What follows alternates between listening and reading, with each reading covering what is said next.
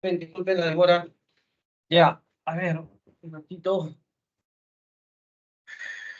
Aló, Guadalupe, ¿qué tal? ¿Qué tal? No.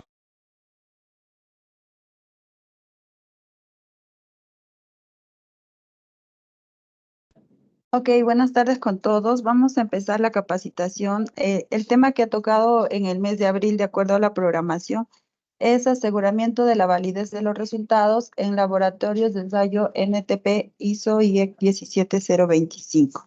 Mi nombre es Astrid Casas. En esta oportunidad voy a dar yo la capacitación. Bueno.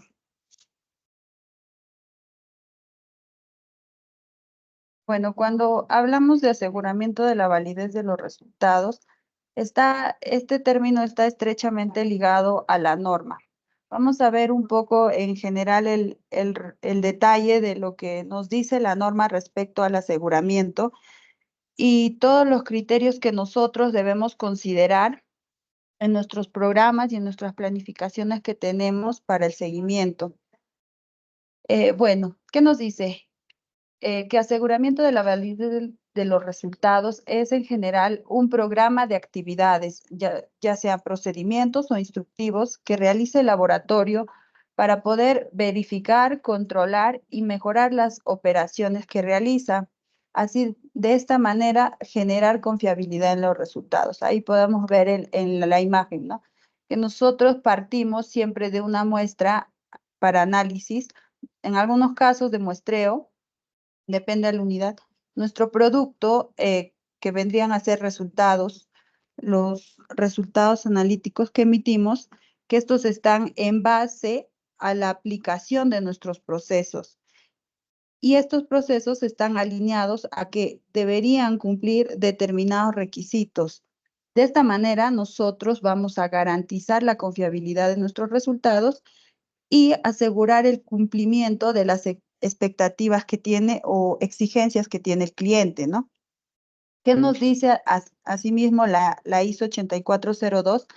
Que el aseguramiento de la calidad es el conjunto de acciones planificadas y sistemáticas necesarias para proporcionar la confianza adecuada de un producto o servicio que satisfacerá los requerimientos dados sobre la calidad. En general, nosotros estamos enfocados como les mencioné ya, al cumplimiento de las exigencias que nos dan nuestros clientes, ¿no?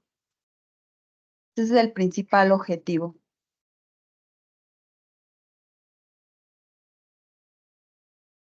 Ya. Ahora, cuando hablamos del aseguramiento, vamos a ver qué es lo que nos brinda aplicar estos criterios de aseguramiento de la validez de los resultados. Primero, nos dice que nos va a garantizar mantener la trazabilidad de los resultados. Ustedes saben que mantener la trazabilidad de los resultados es muy importante para nosotros, ¿no? Porque tenemos que tener registrado desde el origen de la muestra hasta el resultado final que nosotros emitimos. Nos dice también que favorece la mejora continua. Favorece la mejora continua, ya que nos va a permitir optimizar nuestros procesos, identificar algunas desviaciones también y corregirlas. ¿Qué más nos dice? Que promueve el monitoreo de las variables internas del proceso, análisis o calibración considerando el personal, el equipamiento, los materiales y la metodología. También nos menciona que aplicando el aseguramiento de la validez en un laboratorio, se brinda la confianza al cliente y proporciona el prestigio al laboratorio como un ente competente, ¿no? Nosotros, como laboratorios, debemos tener muy en claro cuáles son estos criterios de aseguramiento que nosotros manejamos para todos los análisis que realizamos, porque ya que estamos en una comunicación muy permanente con el cliente, al menos en los on-site estamos en una comunicación directa, nosotros tenemos que, todo el personal tiene que estar capacitado para poder responder preguntas respecto a la parte analítica y cómo nosotros controlamos nuestros procesos.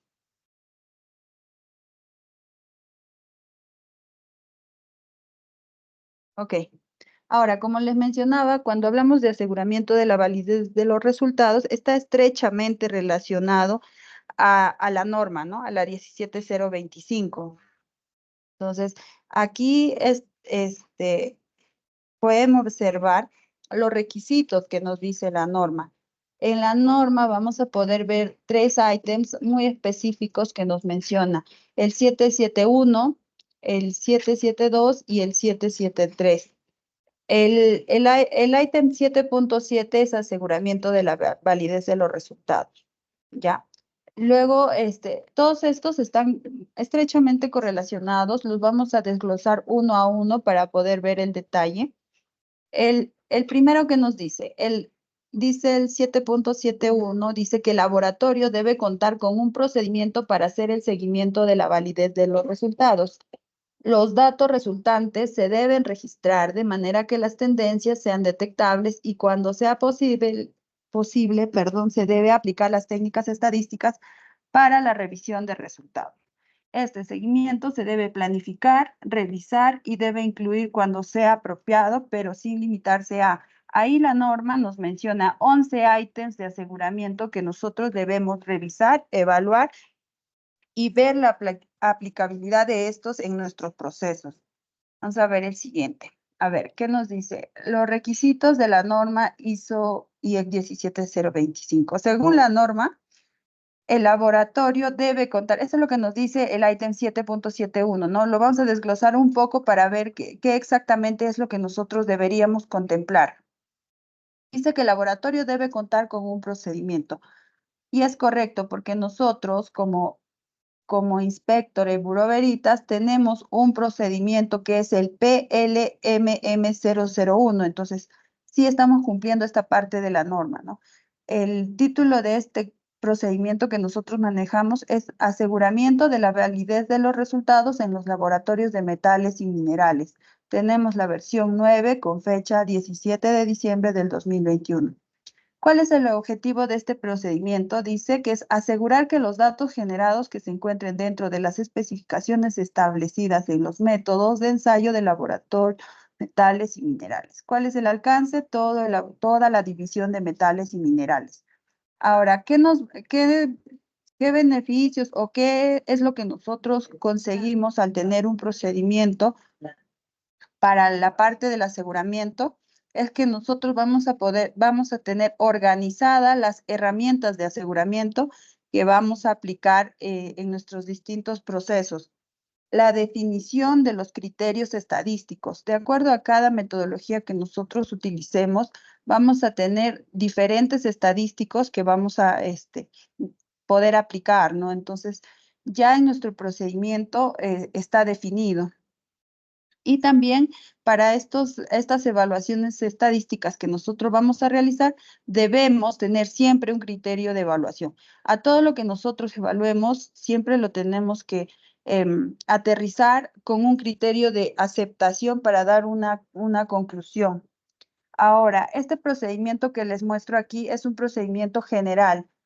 Nosotros como laboratorios on-site también podemos tener un procedimiento interno que va a ser un poco más específico a las actividades que realizamos, a los métodos de ensayo que realizamos, porque este que les estoy mostrando es el de metales y minerales y es un poco más amplio y genérico. Cada laboratorio puede decidir si maneja el mismo procedimiento que es de todo el corporativo o podemos manejar un procedimiento interno. No hay ningún inconveniente en ese sentido. A ver, sigamos.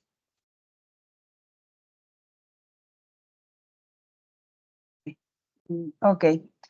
¿Qué más nos dice el ítem 7.7.1 de la norma? Dice que los datos resultantes se deben registrar de manera que las tendencias sean detectables y cuando sea posible se debe aplicar las técnicas estadísticas para la revisión de resultados. En el procedimiento de aseguramiento que todo laboratorio debe manejar, ya sea el general o uno específico, como les menciono, deben estar establecidos los criterios para que nosotros podamos evaluar los resultados que estamos reportando. Por ejemplo, nosotros hacemos seguimiento de los materiales de referencia que utilizamos en nuestras jobs, a veces en nuestros sistemas propios. Nosotros aquí en Halvey, por ejemplo, lo hacemos en el Sorbi, y tenemos un procedimiento de aseguramiento donde me va a indicar cuáles son los criterios y también como conclusión yo tengo que establecer cuáles son las acciones en caso yo encuentre una desviación. ¿Qué nos dice? Los resultados deberían estar tabulados. Nosotros debemos hacer una revisión histórica de datos, la revisión también de las tendencias o sesgos si presenta, y tener los límites de control establecido y en caso sea posible las alertas cuando haya un punto fuera de control, ¿no? Eso también nos lo dice la norma. ¿Qué más nos dice? Que este seguimiento que nosotros hagamos a, a los criterios de aseguramiento se deben planificar y revisar. Ya. Ahora, como nosotros como metales y minerales, también tenemos un formato que es el programa de aseguramiento de la validez de los resultados de ensayo, que es el FLMM 225 en versión 1 del 2022. En este programa, es la imagen que ustedes están viendo. Ahora, este programa contempla los 11 ítems de aseguramiento. Bueno, en primer lugar, información del método, ¿no? Nosotros tenemos que contemplar ahí la norma de referencia, el código, el título del método, el año versión, asimismo, como les digo, de acuerdo a la directriz y a la norma, lo que nos dice es que evaluemos los 11 ítems que también están en deberían estar descritos en este programa. La frecuencia en la que yo aplico los controles, la frecuencia no va a ser la misma para todos los laboratorios. Cada laboratorio aplica la frecuencia de acuerdo a la realidad, ¿no? A cómo se maneja su flujo de muestras y distintas consideraciones que debe tener al evaluar los ítems de aseguramiento. Ahora, también tiene que estar la planificación por meses, ¿no? La norma te indica que el aseguramiento se debe realizar no con una frecuencia mayor a un año. Entonces también lo tienes que planificar, puedes considerar que puedas realizarlo mensual, semestral, trimestral, de acuerdo a tu criterio, al criterio de tu laboratorio y siempre todo lo que nosotros determinemos con un sustento adecuado. También acá ponemos los criterios de aceptación para cada uno de los controles que nosotros hayamos establecido y la frecuencia para los controles adoptados, ¿no? Y el personal que lo realiza. Entonces, ese es el formato del programa de aseguramiento que nosotros manejamos para que lo conozcan también. Ahora, ¿qué más nos dice? Nos decía que deben incluir. Estos son los 11 ítems que menciona la norma que yo les decía. El primero nos dice uso de material de referencia o materiales de control de calidad. Nos dice también uso de instrumentos alternativos que han sido calibrados para obtener resultados trazables, que debemos hacer también comprobaciones funcionales del equipamiento de ensayo y de medición, uso de patrones de verificación o patrones de trabajo con gráficos de control cuando sea aplicable, comprobaciones intermedias en los equipos de medición, repetición del ensayo o calibración utilizando los mismos métodos o métodos diferentes, reensayo o calibración de los ítems retenidos, correlación de resultados para diferentes características de un ítem, revisión de los resultados informados, comparaciones intralaboratorio y en la última que sería ensayo de muestras ciegas. Ahora nosotros vamos a revisar uno a uno estos ítems de aseguramiento y cómo los podríamos aplicar en nuestros procesos.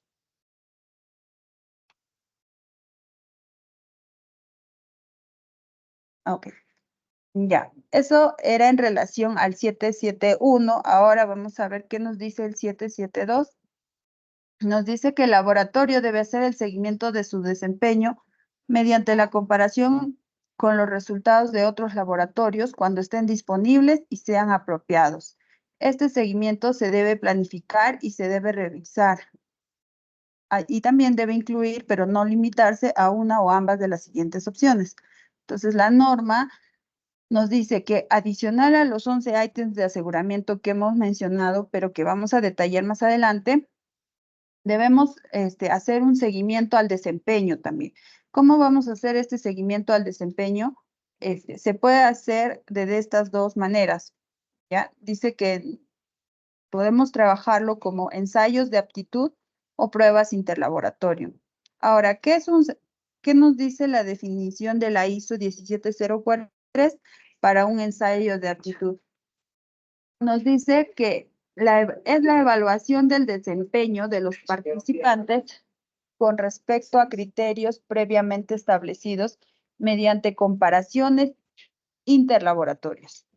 ¿Y qué nos dice de una prueba interlaboratorio? Nos dice que es la organización, realización y evaluación de mediciones o ensayos sobre el mismo ítem o ítems similares por dos o más laboratorios de acuerdo con las condiciones predeterminadas, ¿no? Entonces, si podemos ver las definiciones que nos dan en la ISO 17043 son muy parecidas. Más adelante vamos a explicar cuál es la diferencia entre estas dos, que ambas se realizan como ya ustedes lo conocen, con rondas interlaboratorios, ¿no? Le llamamos rondas, round robin, todo eso que trabajamos son pruebas interlaboratorio. Ahora, ¿qué lo hace diferente de un ensayo de aptitud? Lo vamos a ver más adelante, un poco más detallado para poderlo dejar claro. A ver la siguiente. Ok. Y el último ítem es el 7, ay, perdón. Ya, el 7.7.3, que nos dice que los datos de las actividades de seguimiento se deben analizar y utilizar para controlar y cuando sea aplicable, mejorar las actividades de laboratorio. Si se detecta que los resultados de los análisis de datos de las actividades de seguimiento están fuera de los criterios predefinidos, se deben tomar las acciones apropiadas para evitar que se informen resultados incorrectos, ¿no? Este ítem también está relacionado a lo que nosotros evaluamos con gráficos de control, ¿no? Debemos ver cómo se registrarán y utilizarán estos datos. Lo que nos pide la norma es que todos estos datos deben estar almacenados de alguna forma. ¿Cómo lo define cada laboratorio? En caso de nosotros, siempre tenemos la herramienta de un sistema LIMS, del SORBI, que nos ayuda a almacenar toda esta información, ¿no? Y básicamente están muy bien implementados, cosa que nosotros podemos ver los límites de control, todos los resultados que obtenemos, los puntos fuera de control, incluso en algunas otras implementaciones tenemos que nos dan alerta cuando un punto está fuera de control, ¿no? El SORBI nos marca rojo, nos da una advertencia en amarillo cuando el punto está a un límite cercano al límite superior o inferior de control. También nos dice que cuando debemos definir cuándo debemos tomar acciones y también todas estas acciones deben estar documentadas y evaluadas en caso haya un punto fuera de control o haya un resultado atípico.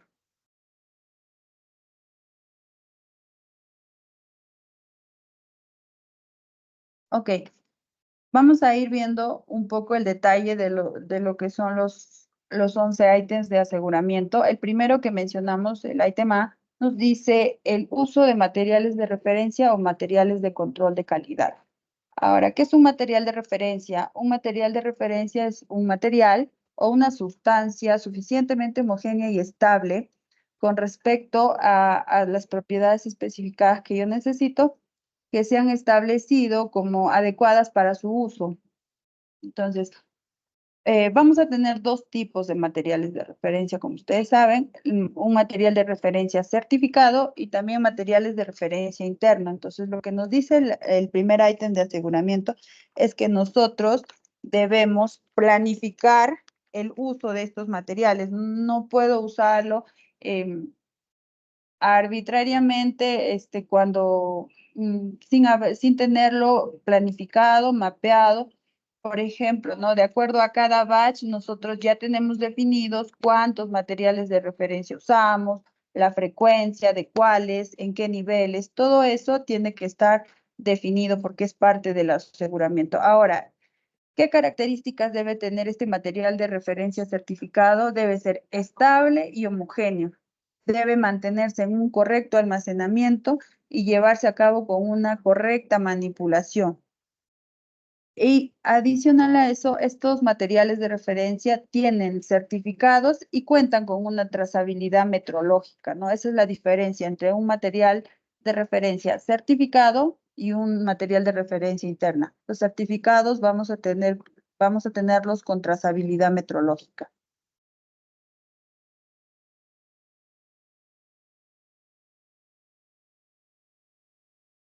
Ok. Uso de materiales de referencia, de control interno, ¿no? Entonces, también, así como nosotros usamos en nuestras job, en nuestros bases de análisis, materiales de referencia certificados, también hacemos uso de materiales de control interno. Estas en general las preparamos a partir de muestras que están muy cercanas a los niveles que analizamos, ¿no? También es un tema, de esta preparación de materiales de referencia interno, van ligados bastante a un tema económico por la cantidad de muestras que nosotros atendemos y la disponibilidad que tengamos, ¿no? Generalmente cuando son materiales de referencia interno, nosotros preparamos un bloque grande que nos van a durar un periodo más prolongado.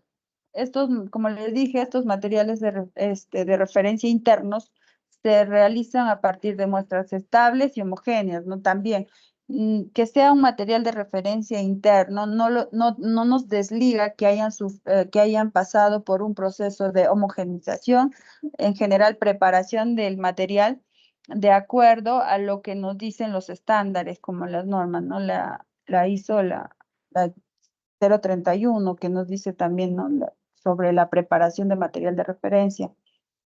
Asimismo, estos materiales de referencia interno están en concentraciones dentro de nuestros rangos de trabajo, ¿no? Lo que nos ayuda a llevar quizás un control más puntual. La diferencia, como ya les mencioné, con un material de referencia certificado es que estos no tienen trazabilidad metrológica.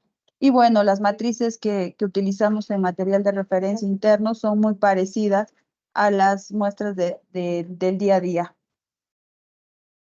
El uso de los materiales de referencia. ¿Para qué vamos a usar estos materiales de referencia? En general lo usamos para verificación de equipos, para evaluar el desempeño de un analista, para la verificación de los métodos también los usamos y para verificar la veracidad de ensayo, ¿no? Eso es básicamente en el día a día lo utilizamos para la verificación en términos de veracidad. Ahora, el segundo ítem nos dice uso de instrumentos alternativos que han sido calibrados para obtener resultados trazables. Este ítem de aseguramiento nos dice que un laboratorio puede utilizar instrumentos alternos calibrados y trazables, aparte de los normalmente utilizados en las verificaciones diarias, con el fin de disminuir la carga de los usos de los equipos, ¿no? El uso de un solo equipo para realizar las verificaciones trae consigo más carga de trabajo, estrés mecánico y por ende falta de confiabilidad. Entonces, este ítem nos dice y nos recomienda que podríamos nosotros usar instrumentos alternativos calibrados.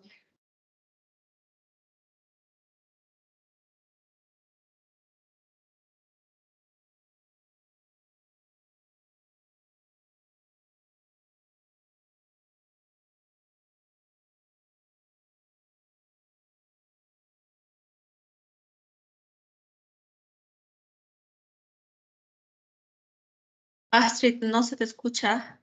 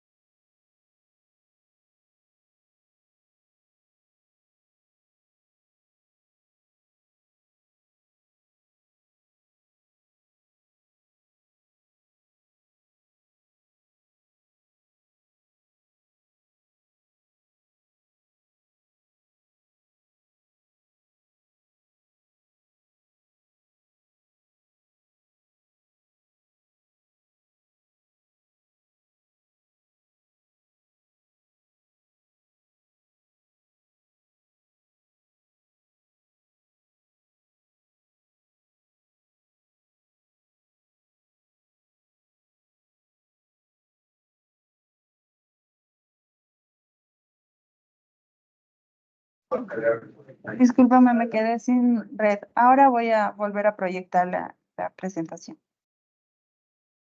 Sí está proyectado, Astrid. Tendrías que continuar.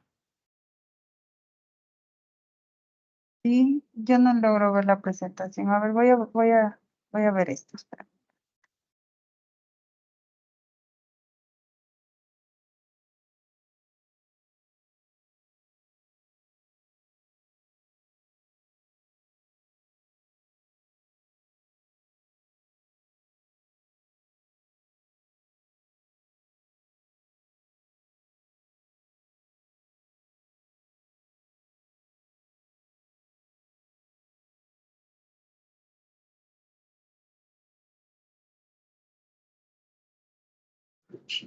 Ok, perdón, vamos a continuar.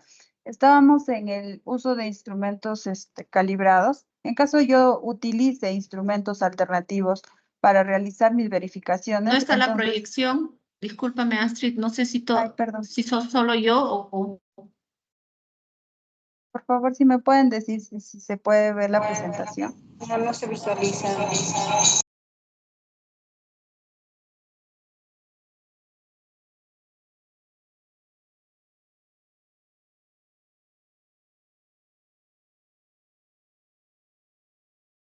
Ok, me parece que ahora sí.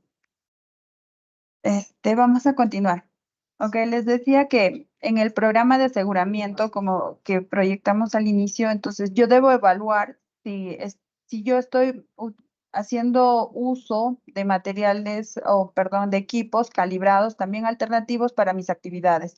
En caso yo lo esté realizando, entonces tengo que considerarlo y establecerle una frecuencia y un criterio de aceptación, ¿no? Eso es lo que nos dice este ítem. Siguiente.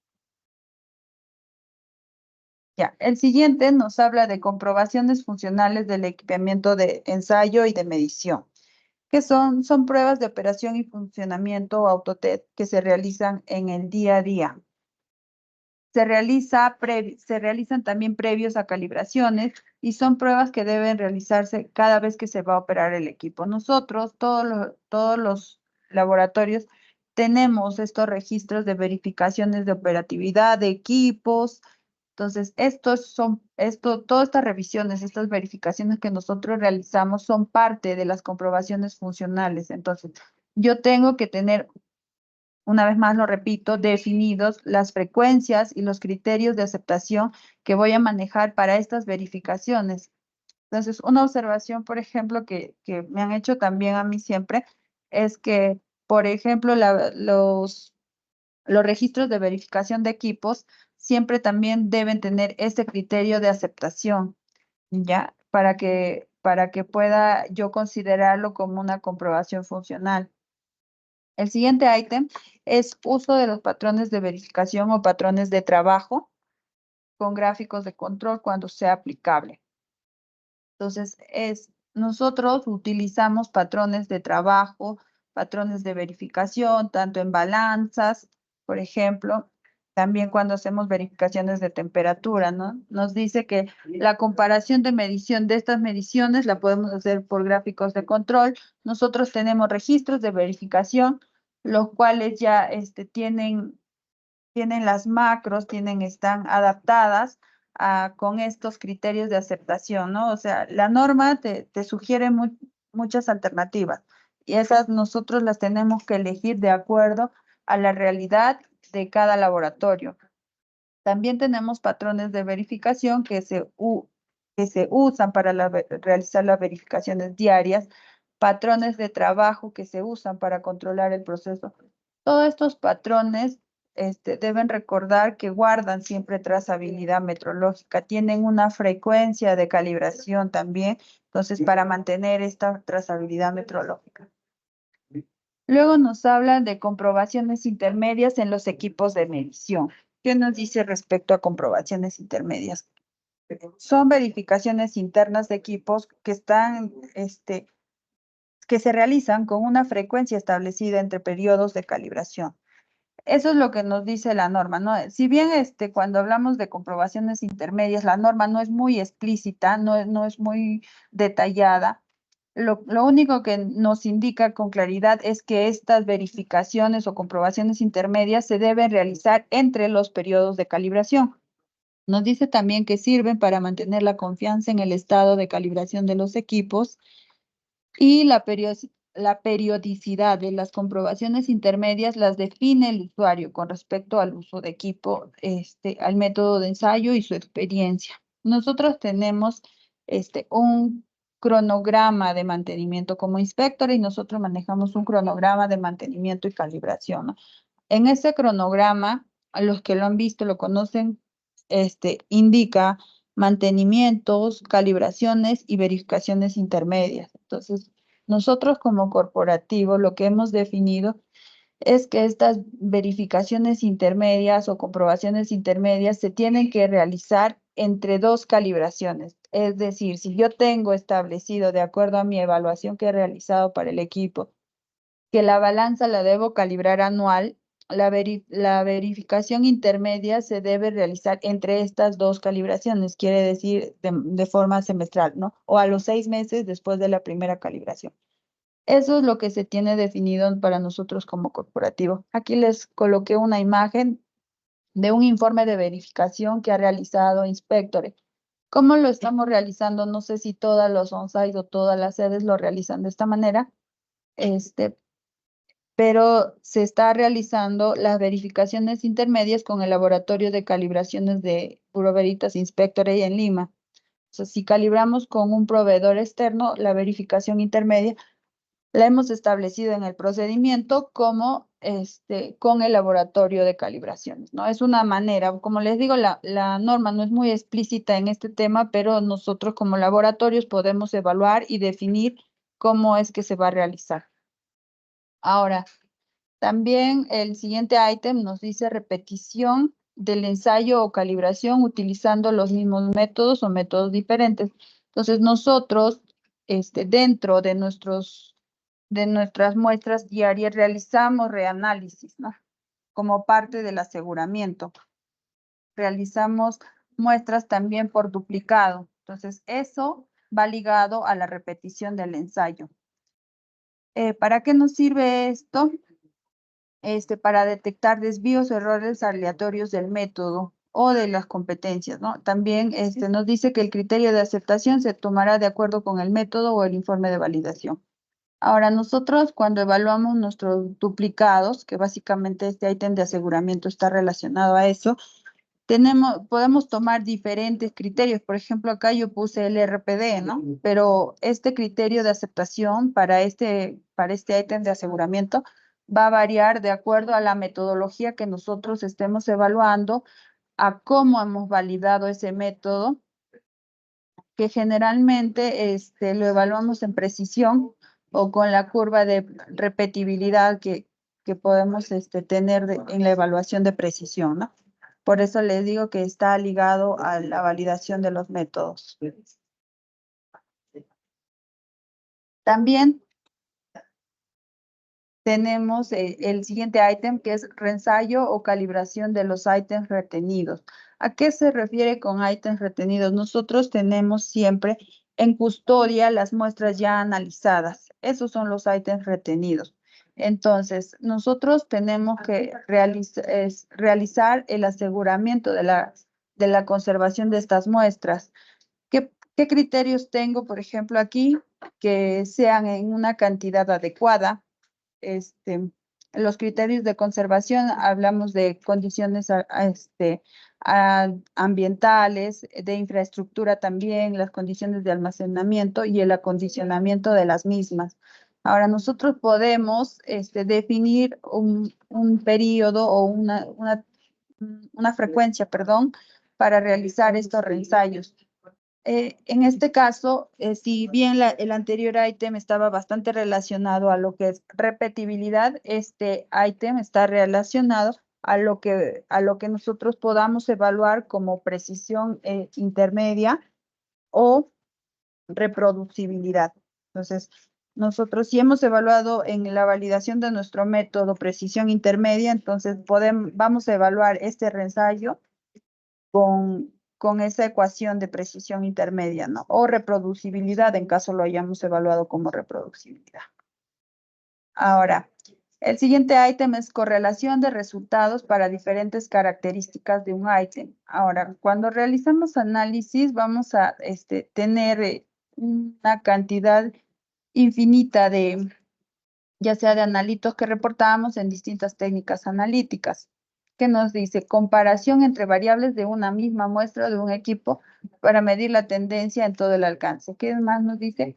Que permite determinar si las diferentes características de un ítem producen resultados similares. Ahora, cuando hablamos de correlación, básicamente estamos viendo la técnica analítica y cómo nosotros podemos evaluar los resultados. Por ejemplo, si yo tengo análisis de cianuros, digamos, determino cianuro total y cianuro WAD, entonces yo puedo establecer una correlación porque la metodología me indica que el cianuro total siempre es mayor que el cianuro WAD.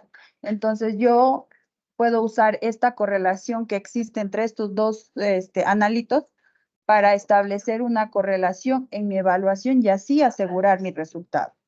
Entonces, de esa misma manera, por ejemplo, en otro análisis que puedo establecer una correlación en el cobre secuencial con el cobre total, nosotros sabemos que entre el cobre soluble ácido, el cobre total, podemos establecer una relación, ¿no? Que uno tiene que ser mayor que el otro. Entonces, si yo puedo establecer esa correlación o tengo esa correlación disponible para hacer una evaluación y asegurar mis resultados, lo tengo que colocar en mi programa, establecer una frecuencia y un criterio de aceptación. Lo mismo sucede quizás para análisis ambientales también, donde hago sólidos disueltos, cloruros, conductividad. Entonces, si yo puedo lograr o tengo esa correlación entre los resultados, yo lo puedo establecer como un criterio de aseguramiento. Luego, nos dice revisión de los resultados informados. Dice que la revisión de los resultados ya emitidos, revisar la trazabilidad de los informes de ensayo y calibración ya emitidos y verificar si se requiere de acción o mejora.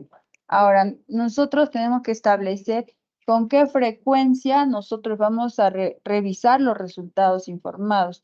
Por lo general, lo consideramos es una frecuencia por cada lote de trabajo, porque nosotros cada lote de trabajo lo establecemos en una job. Entonces, cada job se revisa. En general, el responsable de la revisión de resultados es el supervisor, ¿no? Quien tiene la competencia técnica, la experiencia técnica para poder revisar estos resultados. Entonces, si yo realizo esta revisión de resultados en mi proceso, entonces también tengo que establecerlo en mi programa, ¿no? Establecerle la frecuencia, como ya les menciono. Generalmente nosotros hacemos esta revisión de resultados también en el SORBI para que se mantenga la trazabilidad o en el IMSS, ¿no?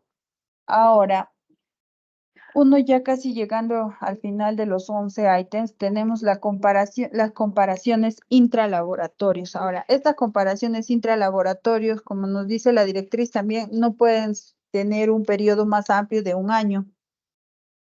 ¿Qué hacemos en las comparaciones intralaboratorios? Estas evalúan el desempeño de los analistas de laboratorio en un ensayo o calibración. Permite evaluar el desempeño de un método respecto a otro distinto que mida el mismo parámetro. Y utilizamos técnicas estadísticas para repetibilidad y precisión intermedia. Bien, nosotros tenemos, lo que nos dice la norma es que tenemos que realizar estas comparaciones intralaboratorias, es decir, hacer evaluaciones ya sean entre guardias, variando los distintos factores, no pueden ser varió el analista, varió los equipos, varió el día, el turno, entonces tengo que comparar esto, haciendo estas variaciones para poder medir el desempeño de los analistas, ¿no? Entonces, esto es un requisito también que nos pide la norma y tengo que establecer la frecuencia en la que voy a realizar esta evaluación. cuando realizo esta evaluación en general, por ejemplo, ¿no? Para la evaluación de los datos, tengo que hacer la evaluación de la normalidad de los datos, ¿no? Es un ejemplo porque la técnica estadística que yo vaya a utilizar la defino yo, pero generalmente debo hacer una evaluación de la normalidad de los datos para poder elegir la técnica estadística que voy a utilizar. Tengo que hacer la homogeneidad de varianzas. Para evaluar, no puedo hacer la homogeneidad de varianzas, también puedo hacer la comparación entre medias. Entonces, esas son, generalmente las comparaciones intralaboratorios requieren esta evaluación estadística, ¿no? Para poder determinar el desempeño. Ahora también hacemos ensayos de muestras ciegas como parte del aseguramiento. ¿Qué es una muestra ciega? Es una muestra cuya concentración no es conocida por el analista. Pueden ser estándares preparados, contramuestras, material de referencia certificado, muestras que ya han analizado, ¿no? Los ítems almacenados que son. O también puedo trabajar muestras realizándole adiciones. También para realizar la evaluación de los ensayos de muestras ciegas tengo que usar técnicas estadísticas, ¿no? La frecuencia la define el laboratorio de la misma manera y la evaluación también la define el laboratorio de acuerdo al comportamiento de las muestras, ¿no? Si presentan un comportamiento normal o no, entonces yo defino las técnicas estadísticas. Ahora, en el 772 nos decía participación en ensayos de aptitud. Esta parte está ligada bastante a la directriz también, para ensayos de aptitud. ¿Qué nos dice del ensayo de aptitud? Dice que es la evaluación del desempeño de los participantes con respecto a criterios previamente establecidos mediante comparaciones intralaboratorios.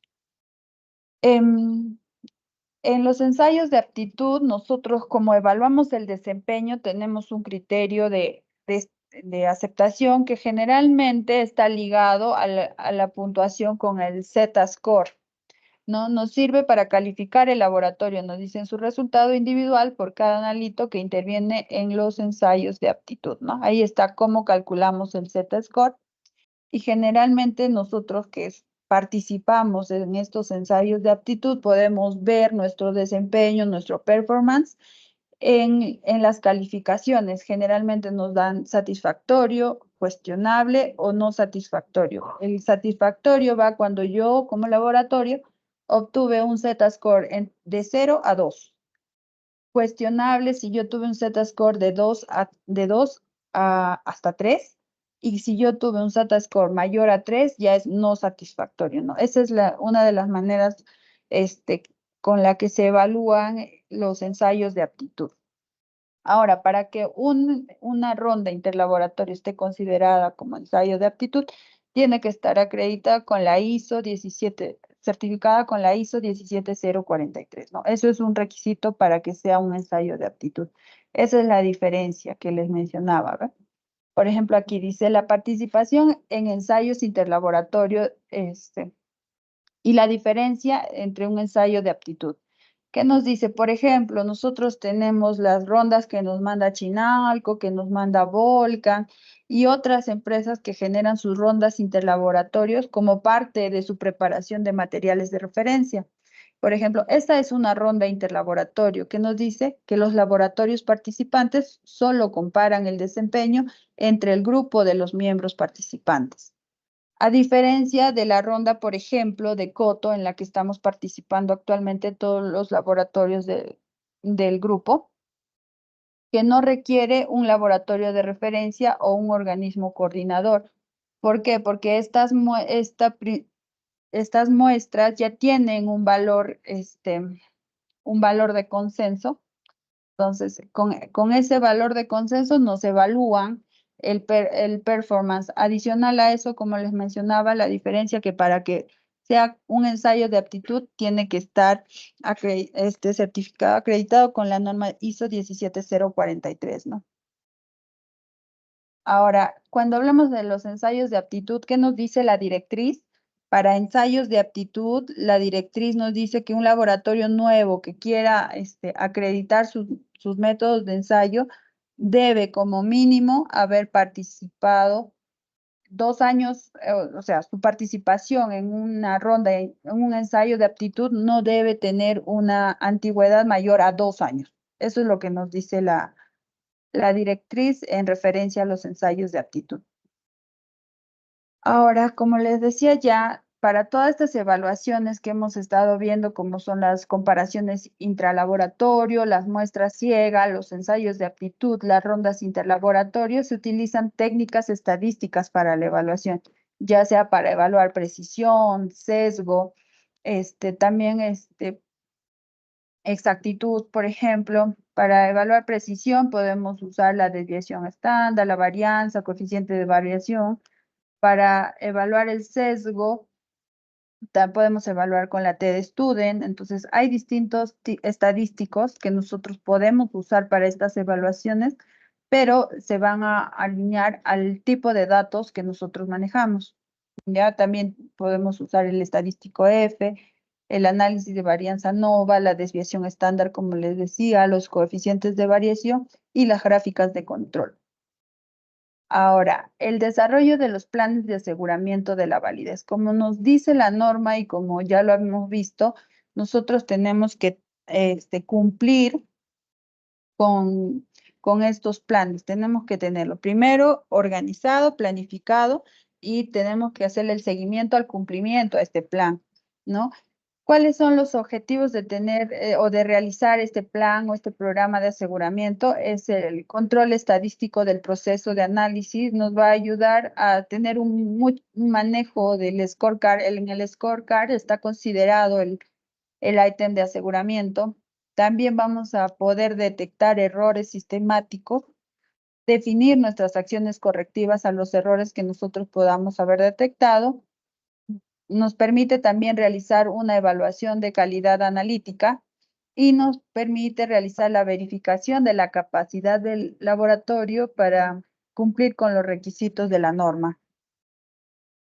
Y ya bueno, y por último ya casi para terminar, tenemos la directriz de acreditación de laboratorios de ensayo y calibración, que es la de ACR06, que nos menciona, como les decía, que para los casos en que el laboratorio, a ver, ¿qué nos dice? Que el laboratorio debe aclarar y sustentar los literales desde la A hasta la K que implica de la norma u otros para asegurar la validez de los resultados de cada método de ensayo o procedimiento de calibración. No nos dice que debamos cumplir los 11 ítems de aseguramiento.